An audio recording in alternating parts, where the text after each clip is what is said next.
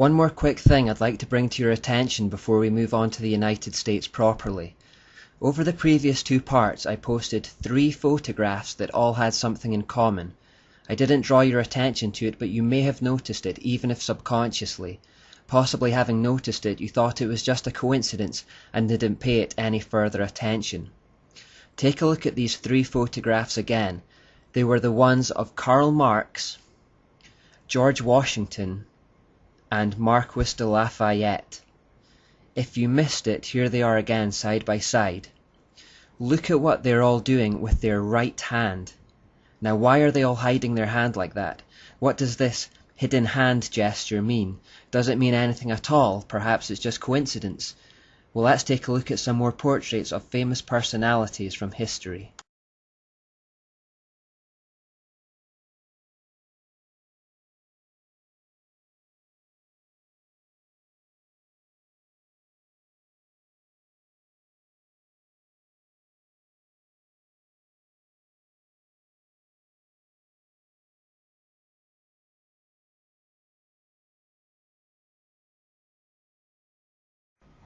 It happens far too often to be coincidence. This hiding of the hand gesture is actually from the 13th degree of Freemasonry, which is also known as the Royal Arch degree. It is symbolized with the triple Tau. Now, this gesture is the sign of the master of the second veil. I won't go into the details of it, but basically what this gesture is doing is signaling to other initiates that they're part of the secret brotherhood and that their actions are inspired by Masonic beliefs. What they're saying is, it doesn't matter what I appear to be on the surface. This secret gesture tells you that we are working towards the same utopian end, you and I. We are both enlightened with the illuminating knowledge of Masonry. Remember in the Jesuits' oath they talked about being on opposing sides in public, but secretly were working towards the same end. That's why we have both communists and capitalists making the same gesture here.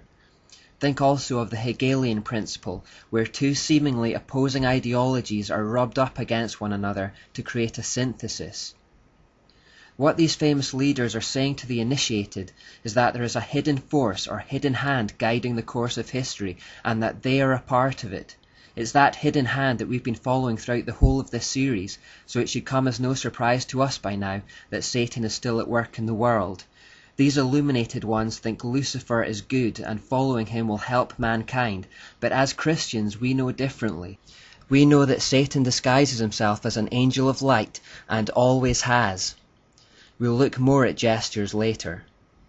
With this in mind, we should be careful not to pledge too much allegiance or get too fervent about either side in politics. There was a situation in the 2004 presidential elections where Americans had to choose between John Kerry and George Bush. What most didn't know was that although one was Republican and one was a Democrat on the surface, both were members of the Skull and Bones Masonic Society at Yale University.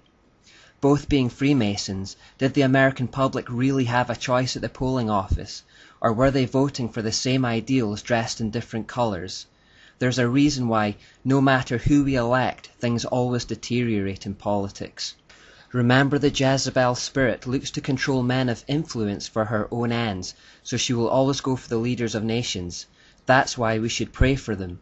But we should also remember the central verse in the whole Bible, which is Psalm 118:8, and which says, "It is better to put your trust in God than in man."